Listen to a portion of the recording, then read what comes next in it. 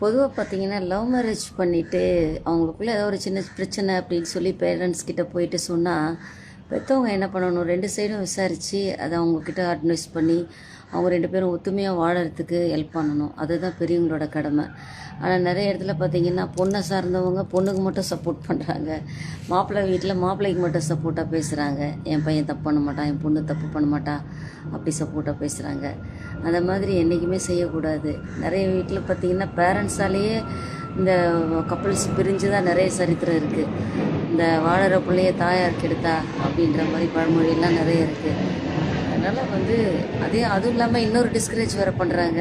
நீ தானே பார்த்து கல்யாணம் பண்ணிக்கிட்ட, நீயே பார்த்துக்கோ அப்படிங்கிறாங்க. அதே மாதிரி அவங்கள ஒதுக்கியும் வச்சிடுறாங்க. ரெண்டு மேரேஜ்லேயுமே பிரச்சனை இருக்குது. அரேஞ்ச் மேரேஜ்லேயும் பிரச்சனை இருக்குது, லவ் மேரேஜ்லேயும் அந்த பிரச்சனையாக பார்த்தா பிரச்சனை. அதை ஒரு பாசிட்டிவ் வைப்ரேஷனோடு அப்ரோச் பண்ணால் எந்த விஷயத்துக்குமே சொல்யூஷன் இருக்குன்றது என்னுடைய ஒரு தாழ்மையான கருத்து. அதனால் பெற்றவங்க என்றைக்குமே குழந்தைங்களுடைய மனசில் என்ன இருக்குன்றதை கேட்டு தெரிஞ்சுக்கிட்டு அவங்களுக்கு ஆதரவாக செயல்படுங்க.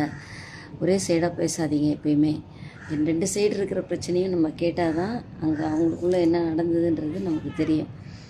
நிறைய பேர் டைவர்ஸில் போய் நிற்கிறதுக்கு காரணமே இதுதான்.